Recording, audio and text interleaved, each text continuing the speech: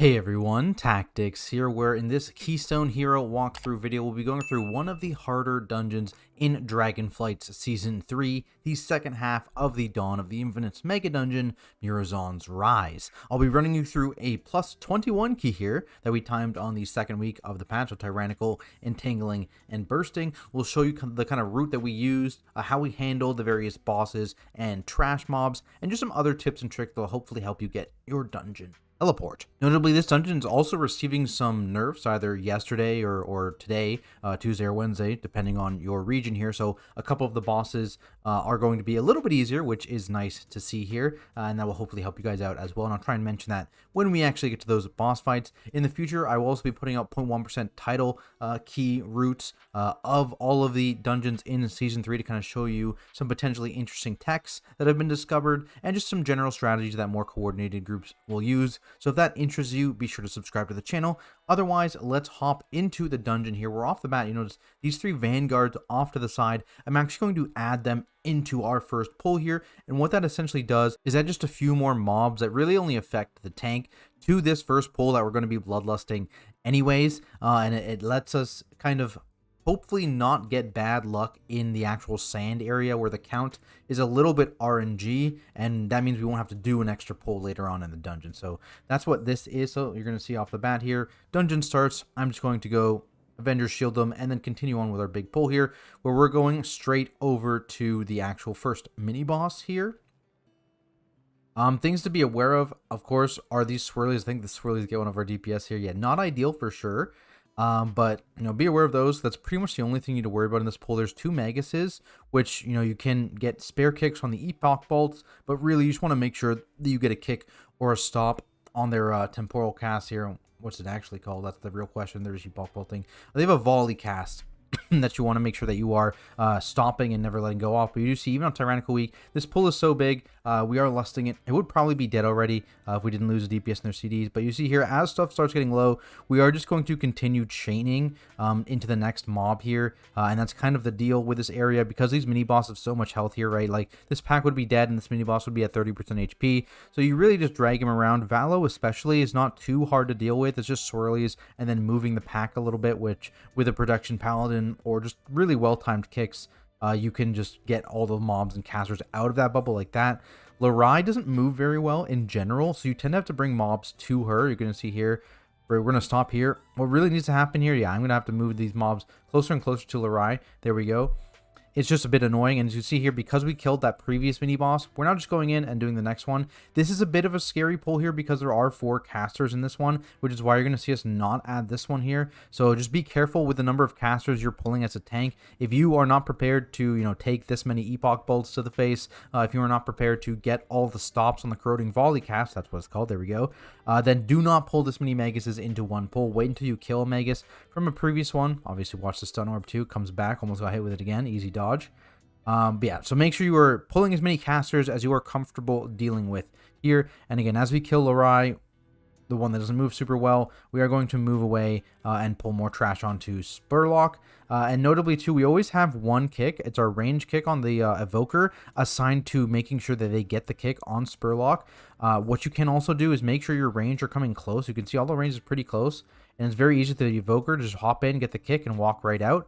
He will jump to a ranged player and make this sand puddle. So if you have people really far away from the pack, the sand puddle is going to be really far, and it's going to be hard to actually get that kick instantly. And of course, you do want to get that kick instantly, because otherwise people are going to be stuck in there for a while, right? You don't want that CC going out on them. So what is this, like a 24-second kick or something like that is enough to deal with that. But otherwise, you can assign anyone really. I think we get bored of waiting for the RP. We've got 24 seconds of RP here. Ideally, we kill that third mini boss faster, and that triggers this RP faster. But we decided to pull 3 more Vanguards, because why not?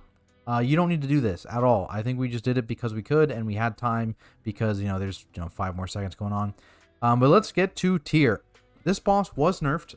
It was only a health nerf, I believe. So he lost like 15% almost of his health. So it's a pretty substantial health nerf. But in terms of strategy here, you're going to see we're going to move towards the edge here. And the kind of goal here is to get rid of sparks relatively quickly, because of course it does tick fairly hard. So we dispel one very, very quickly, like immediately almost. And then basically as soon as the dispel is back off CD, the next one gets dispelled. What you want to be careful of is overlapping the dispel, or maybe the debuff even expiring, with the dividing strike actual hit here, because that's really the wombo combo that can get people killed. Because see, if you dispel insta and then on CD, it doesn't overlap here. You see everyone gets in. We had a bad bait. This was actually a bad bait. I don't think any of our other baits are bad. So good example on the start here. Note to everyone, Titanic Blow is a frontal here, right? So don't be standing on the tank when that goes out. Just put it behind that. And you can watch the boss's energy here. So when he starts getting to 25 energy, I know his next cast is his last cast. So this Dividing Strike will be his last cast. So you'll see, I'm going to start booking it towards the center of the room here. And that will pull the boss into the middle and allow him to be in range pretty much for your DPSers who are spreading around and getting all of the orbs. And then I'm just going to pull him back out toward the edge. As a tank here, I'm pretty much just playing goalie. Again, the sand hurts a lot. You can see how much health I'm taking from eating the sand. I almost die, actually. So be careful. Don't eat too many stacks of the sand. It is very, very painful. But mostly allowing DPS to get the stacking haste buff, and I will just eat any orbs that are about to go into the center, because of course we don't want that to trigger. And just like I'm saying here, I move back towards the edge of the platform here. Here's the frontal. I just use the wall here to get knocked up against, and you see here other players are behind the boss now to bait this cone on the edge into the wall. This is what the correct bait would be, behind the boss to bait it over here, as opposed to through the middle like we did on that first one by accident. So this is where you want all your baits to be. Soaking the Dividing Strike here. Again, I probably could have been a little closer to the wall here just to give more room in the center. And you're seeing now how this bad bait is actually cutting us off. Luckily, I believe it does expire after the next set of orbs. And again, same deal here. Boss does his 25 energy cast, goes down to 0. You've got a few seconds before he starts to siphon, so move him towards the middle of the room. And this fight just rinse and repeats from there, right? There's nothing really else to talk about. Go back to the edge, bait towards the edge, come back to the middle, get your orbs, blah, blah, blah, blah, repeat, repeat, repeat. So let's move on past him. Up into the best part of the dungeon. Yes. A 2-pack into a Gauntlet. All right. So for any of these pulls that have the Marauders and any Dragon, we always focus the Marauder. Basically, look at the health difference, right? Obviously different percentage, but, like 19, 20 mil. And this guy probably had, like 8 or 9 mil HP. So this is obviously way less health. And what you're worried about is the overlap of their casts here. This with the Infinite Fury, because you're taking damage from both mobs here. So we just kill this Marauder quickly. Is it effective cleave? No. But what it does is makes this dungeon way, way, way safer, because you're only now taking 1 instance of AoE damage on the 1 mob that is left, right? So it's going to be a high health mob. We're going to be single targeting for a bit, but that is just kind of how this dungeon is designed. So that's my tip there. The real question is, do I actually do this on the first try? So again, I will continue to say, why is this in a Mythic Plus dungeon? Mostly because I'm bad at it. But you see here, remove along the sides. Apparently the play, I don't know. Don't go down the middle. Run through the sides. How many times does this take me? Don't run through mobs either. I don't know how I wasn't hit there. Let's go. I'm going to get hit at the end here, right? For sure getting hit at the end. For sure. Ah, yes. Let's go. Yeah, I don't know what to tell you guys. I don't have any tips for that. Moving on. These dragons. Now, only one of them does the AoE. It's the Diversionist here, the one on the right if you're facing them. So really, as long as your tank is fine to eat frontals, you can actually do even cleave here. And assuming, again, your healer is okay to actually heal through some of the damage. Now, again, the Diversionist just has less HP, so it should die first anyways. But we try and do some even cleave here, just to get this pack down in general faster, but, not too much to talk about. Face it away. And then we get to a good part of the dungeon here, the sand area. And so basically, you need to kill all 4 of these mages, and you need to kill all these mobs here with a time displacement and blow them up to clear sand. The key here, though, is that some of these mobs give count, and some of them don't. It's kind of weird. I believe it's the fusions that give count. Yes, the fusions give count. And because these mobs will constantly spawn in as you start clearing through this area, you can get a question mark amount of count in this area, which is nice and fun. That's why, again, we pull some of those mobs early on, just to make sure that we guarantee we are done count with this area, plus the 3-pack before the last boss. In this area, you're worried about the anomaly again. I talked about this in the Galakrons of Fall video. There's 2 of them in this area. Luckily, they're at half health. The bloom is super scary, deals damage to the tank and a magic dot and one other player based on the damage done to the tank. You can immune it, you can AMS it, and this prevents the application to the other player as well because it did no damage. It's a magic debuff, so you would ideally dispel the non-tank player, but if you have things like dwarves, things like mass dispel available, you can get rid of both debuffs, right? So keep that in mind. Otherwise, as you see here, we're pulling one Rift Mage at a time just because the kicks, it kind of spam casts, right? And they're just really far apart, so it's kind of hard to pull two. I think we might actually get to pull two later on. Yeah, so what we did here, actually, let me rewind and show you. Basically, it's kind of a waste to pull all the way over. So you can see here, we have our priest defensive, and he speeds out and gets rescued back, and he tagged a Rift Mage. Now this guy needs to get kicked, and I believe I get the Avenger Shield in. But we do that both times, I believe, to get the Rift Mages on the opposite side of the room to us, and that means that we don't need to spend so much time clearing this entire area. Now I believe we could have done two there as well, again because we have prop paladin kicks. It's not a big deal if we pull multiple Rift Mages. I think it just, he couldn't quite get in range of the other one, and plus we had this anomaly, but there's the other one coming in now. We had someone go and get that one. And now it's just making sure we're on top of these kicks. Temporal Blast is just tank damage, so again, if you're comfortable eating those, you want to get those burns though, because you can see here, burn went out, magic debuff, quite scary. Luckily we have the dispel because there's no anomaly up, but if you have a Rift Mage and an anomaly, it can be a bit problematic, right? Here I'm just adding a couple more fusions in for good measure. I don't think we needed this at all. I think our count is very high, but you know, why not? We still did kill this one mage, and now we're going to go to our portal. Now I believe, yeah, so basically now to trigger the RP, you need to just walk. Oh, he died. Unfortunate. Very unfortunate. But I will show you. Basically, you just need to walk towards this other portal, and that triggers the RP to let you use the portals. So I'm going to do this as a tank here. That is far enough. I do aggro 3 mobs. Again, get pulled. But that has triggered the RP, and now we can open this gate. So we should have triggered this RP during this pack here. And again, the sand takes very, very hard. So the only time we ever go into the sand is with personals and stuff like that if you're not the tank. And even as a tank, it's quite scary. And you see we had to wait a little bit of time, but you know, if you had triggered that RP faster, you would have been able to get through. We're going to be skipping these mobs here. You can do this in a couple ways. We have a priest, so we are going to be mind soothing this mob and walking right by it. Obviously, if you have a shroud, invis pots, you can do that as well. I believe the rescue mount 3-seater does work as well. If it's on this side of the patrol, you can rescue over to here. You can do that as well. So a couple of different ways to get past that mob. Again, mind soothe definitely is the easiest, and that lets us skip this one as well. So we're going into Morchie here. A note on Morchie: if you have long-lasting CDs, do not pop on pull. Do not pop on pull, because otherwise, you're going to see here, she's going to go into her, you'd guess, the Morchie phase very, very quickly, right? 10 seconds in. So if you can't fit your entire CD in those 10 seconds, do not pop on pull. You see, we're holding on pull, and we're going. Ping system again is OP. If you're not in voice, we look around, find the one without a hat, the one without a hat. Ping, lust is gone, CDs are gone, and we're nuking this boss. Now, there are a couple ways to deal with the actual familiar faces mobs. The easiest by far is if you have something like Mass Entangle in your group, because you can just have your party stack up when the spawn is about to happen. It spawns all the dudes in one place. You just run away from them, Mass Entangle, and AFK and leave them over there. That's obviously very easy, and you can always just keep Mass Entangle them because they respawn exactly where they were. So very, very easy to handle.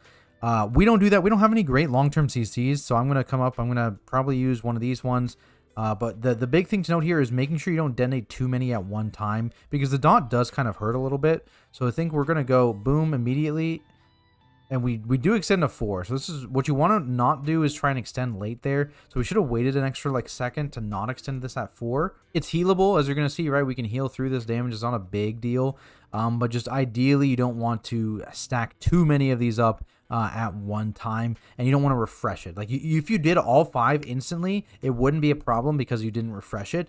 But doing 4 and then refreshing to a 5th stack at the last second is not ideal. And then remember, your person spawns where they were CC'd. So my guy is right there. He's going to always be right there. You could do a very big movement here if you wanted to get away from them and make space, which we probably should have done because our guest the Morchie was right beside where we were. So we CC'd all these mobs right here. If we had just moved across here, it would force all these mobs to just patrol through and they would just naturally run into these without doing anything. So that's something you can do as well.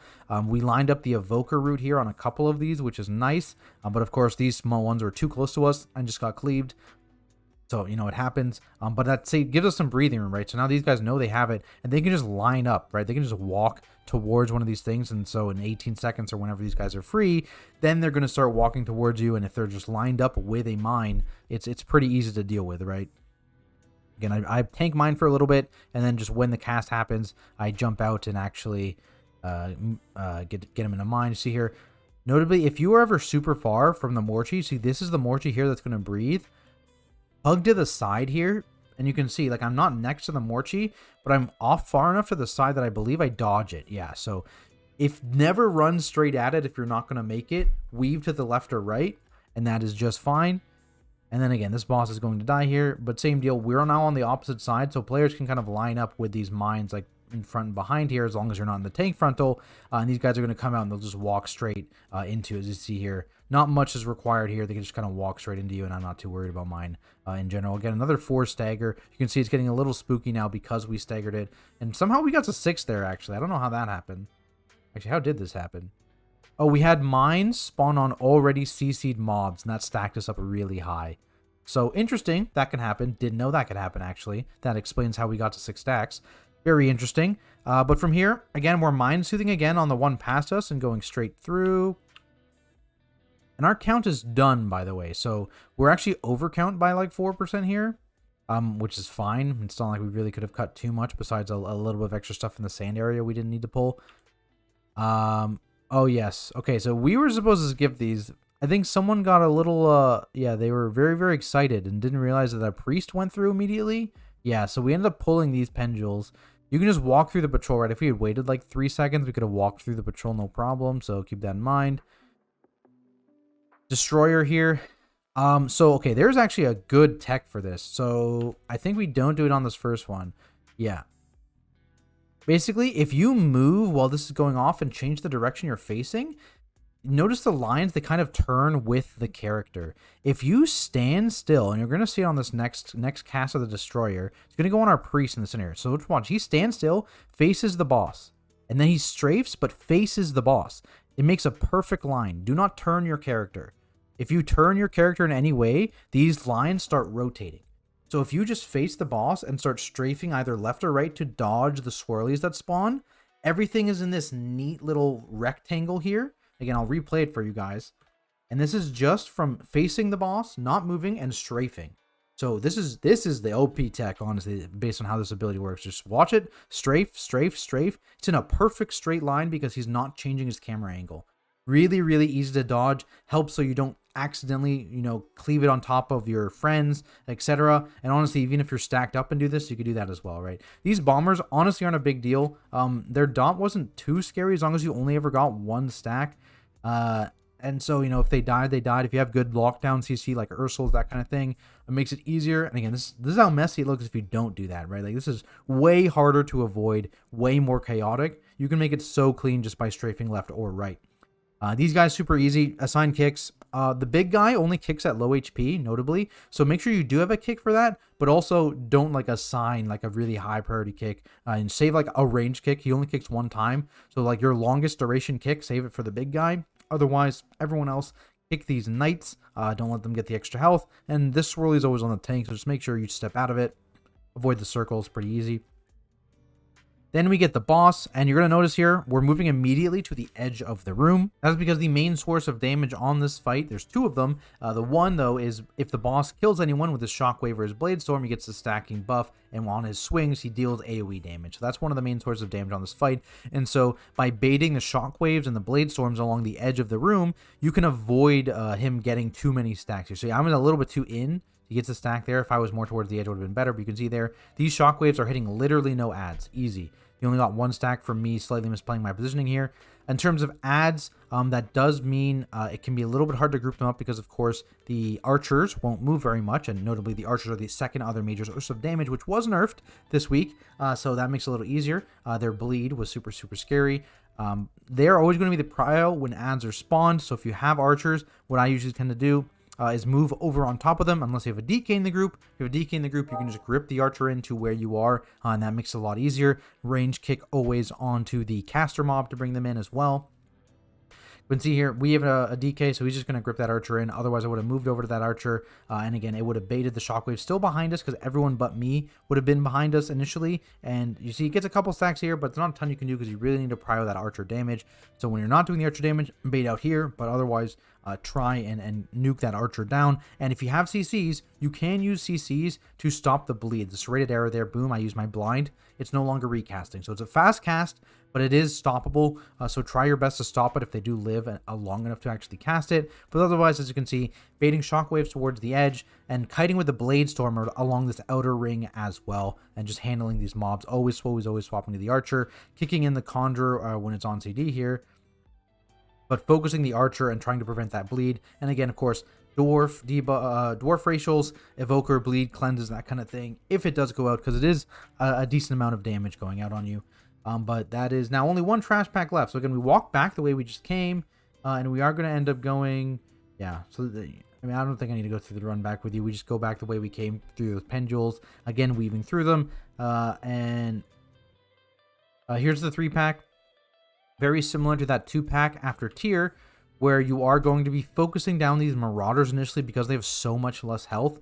Make sure you have a kick on each marauder, potentially 2, I believe, depending, excuse me, on what kicks you actually have, and focus them down. They just die so quick. Again, not effective cleave, but very, very effective for living because you get to get rid of that damage. So I recommend it, especially on fortified weeks. Honestly, you could bloodlust this on fortified week for sure. That would be a super value lust, I think. Probably will, especially on higher fortified keys. This pack is so dangerous and it's mandatory. So probably lust that on fort, honestly. This is Tyran. So we want to lust the final boss here. It says a Ridicron over here. Interesting. But it's Chronoloord Deo. So off the top here, tanks. This breath hurts. This breath was nerfed by 25%, both the direct hit and the dot. So this got a big nerf, which is good to see because it's scary. So off the top here, I'm going to pull the boss back towards, a little bit towards the entrance here. The first keeper is then going to run right towards the entrance, I believe. Let's see. And then I'll just drag the boss on top of it. That's kind of the movement. You're going to deal with 1 breath first. Don't swing this around. I'm in Sentinel, Eye of Tear, and my Consecrate. That's what I'm using for this one. Then I move over, of course, to this ad, get Cleave. Chronal Burn, this is going to go out. It's the magic debuff. It's gone already. Into Dispel It, right? Goes out on a random player. Infinite Blast goes out on the aggro target. So tanks, make sure you do get aggro on these keepers right away. It is possible you don't have aggro, especially on the double keeper set.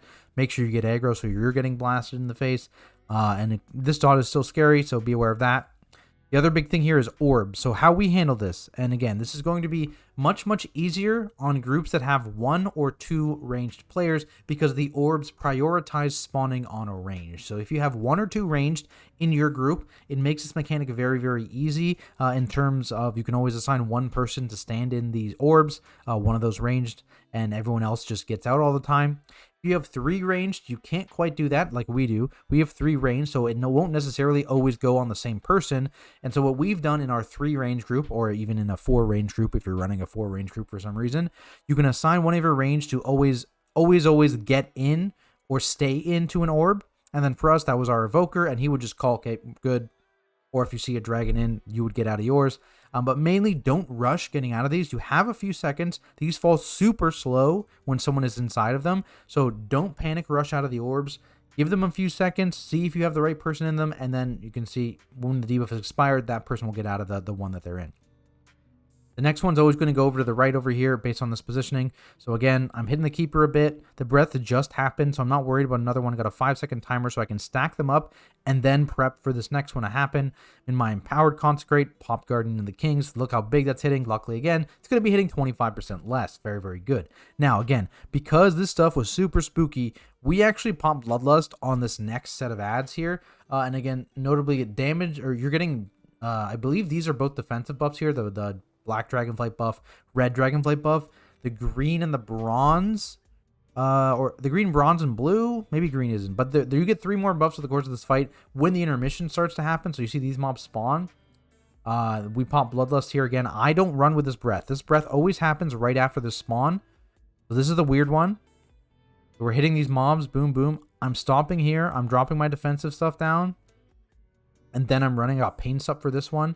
So big defensives get externals as well. Notice I don't have aggro. So I try and boom, taunt it, get the aggro. And now I have aggro, and now we're going my second Pain Sup. And now we're okay because we've killed these keepers very, very fast. But this is like the scariest part of the tank, for the tank, I would say, because if you have aggro on these, you have 2 guys spam casting, and you just took a frontal cone to the face. So you took that big initial hit, plus you have a 10-second dot on you. So this is very, very scary for tanks. That's why we bloodlusted to kill one of these keepers ASAP. And also as well, these dispels are going to get out of hand if you have 2 of these keepers up. We have a master spell there, I believe, which was used to help deal with the fact there were 2 debuffs going out. And now you've got just the boss until dead here. And again, note that they're the buffs: green, blue, and we still don't have one of them. I don't even remember now what Dragonflight we're missing, but we're missing one. So that one's another, but bronze. We're missing bronze. And you can see here we got together. Let's rewind. We're together here. We're rotating in the same direction to bait these swirlies in one spot. And then, boom, facing the cone, always towards the edge of the room here, always towards the edge, just to make sure no one's hit. And same deal with the orbs in this phase. Our evoker is going to make sure that he steps into every single one, and we're going to make sure that no one is moving out of the orbs until the evoker says we're good to move out of the orbs. And then again, we're grouped up, moving together, boom. And it's just rinse and repeat from here, moving around the room in a circle. This boss health is deceiving, right? Because you barely did any boss damage in the first phase. But notably, the damage you do in the first phase does stick because it takes a flat amount of damage every time you kill one of those Rift Mages. So if you do more damage in P1, that damage does stick for P2. It's just that you get damage amps from the Dragonflights in P2. So that's why, using CDs and Bloodlust rather are better technically in P2 because of those amps, but not the end of the world for sure. And I think the bronze amp is actually quite late. We don't even have it yet. I'm not even sure when we get it, but we get it at some point. And just rinse and repeat here, rotating around the room, dealing with these orbs, and you'll notice the sand is going to despawn as we start getting to it. If we've done enough, movement together, you can get out of space very, very quickly. That's why I want to make sure you move together. But assuming you do that, it's just rinse and repeat from here on out. So that wraps up this dungeon, guys. Hopefully you found it useful, and if you did, be sure to leave a like and subscribe for more content like it. Like I said, walkthroughs for every single Season 3 dungeon, Beyond into War Within as well. Going to be doing a lot of coverage for that expansion. Super hyped for that. More advanced route walkthroughs as well for 0.1% title level keys. Much, much more. Do subscribe. Hang out, be ready for all that content. If you have any questions about this dungeon, please drop those down in the comments below. I'll be happy to answer. And also, make sure you do stop by my Twitch channel at Tactics, where I stream all of my keys, all of my raid progression as well. It's fun time, so come by, say hi. To all my Patreon subscribers, thank you all so much for the support. Your help allows me to continue to do what I do, so I thank you. Otherwise, thanks everyone so much for watching, and I'll see you all in the next video.